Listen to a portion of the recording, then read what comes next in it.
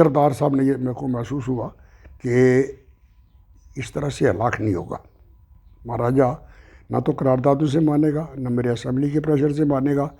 انہوں نے اپنے حلقے کا یعنی سدنوتی اور باغ اور زیادہ تر سدنوتی کا کمپریہنسو دورہ کیا۔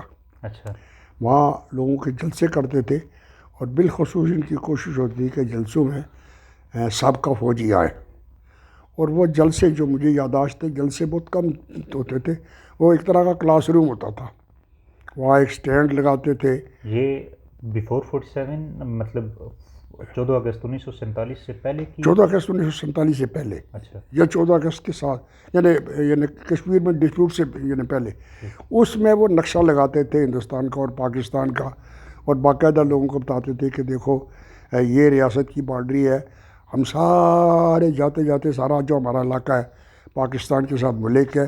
وہ آگے جا کے پٹھان کوٹ کے پاس ایک چھوٹا سا کوریڈور ہے جو ہندوستان کو راستہ دانستہ دیا گیا ہے، لہٰذا وہ لوگوں سے پر سوال کرتے تھے ذرا بڑے بزرگوں سے کہ بابا جی آپ نے نوکری کی ہے؟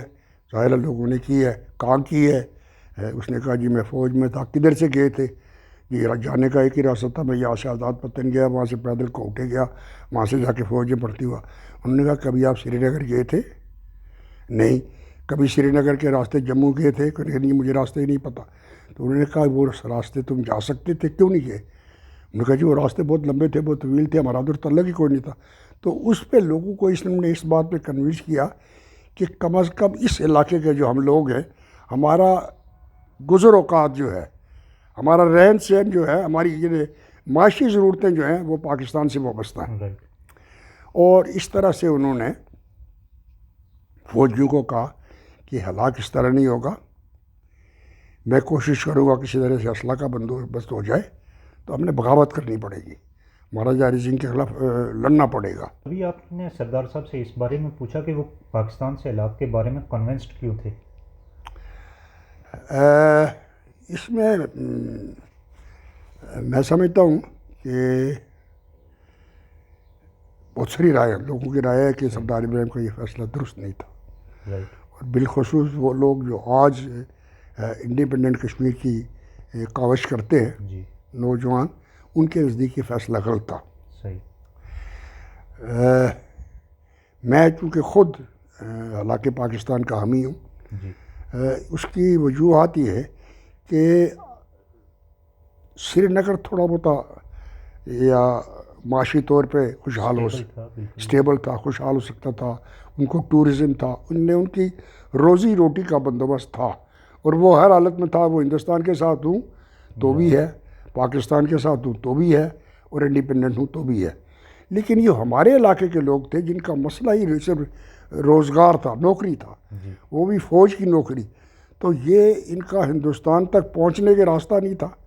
ان کا اٹھنا جینا مرنا یعنی اس حصے سے پاکستان سے وابستہ تھا۔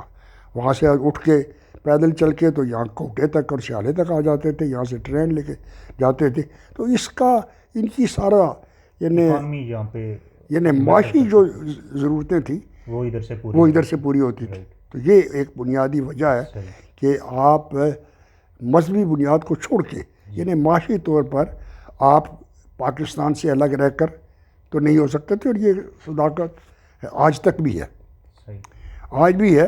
اگر کشمیر انڈیپینڈنٹ ہوتا ہے تو برحال اس پہ میں بات اس لیے نہیں کرتا کہ بہت سارے لوگ اس کے حامی ہوں گے، پتہ نہیں شاید آپ بھی ہوں، کیونکہ نوجوان زیادہ ہیں، تو آپ کا کشمیریوں کے ساتھ گزارا بڑی مشکل سے ہو سکتا ہے۔ تو بہرحال سردار صاحب کی یہ رائے تھی۔ بات ہونی چاہیے، کوئی کسی بھی نظریے کا ہو، لیکن ان چیزوں پہ ظاہر بات کھل کے ہونی تو چاہیے۔ سردار صاحب کے بیسک نقطۂ نظر لوگوں کی معاشی مسائل تھے جو پاکستان کے ساتھ وابستہ تھے۔ اچھا،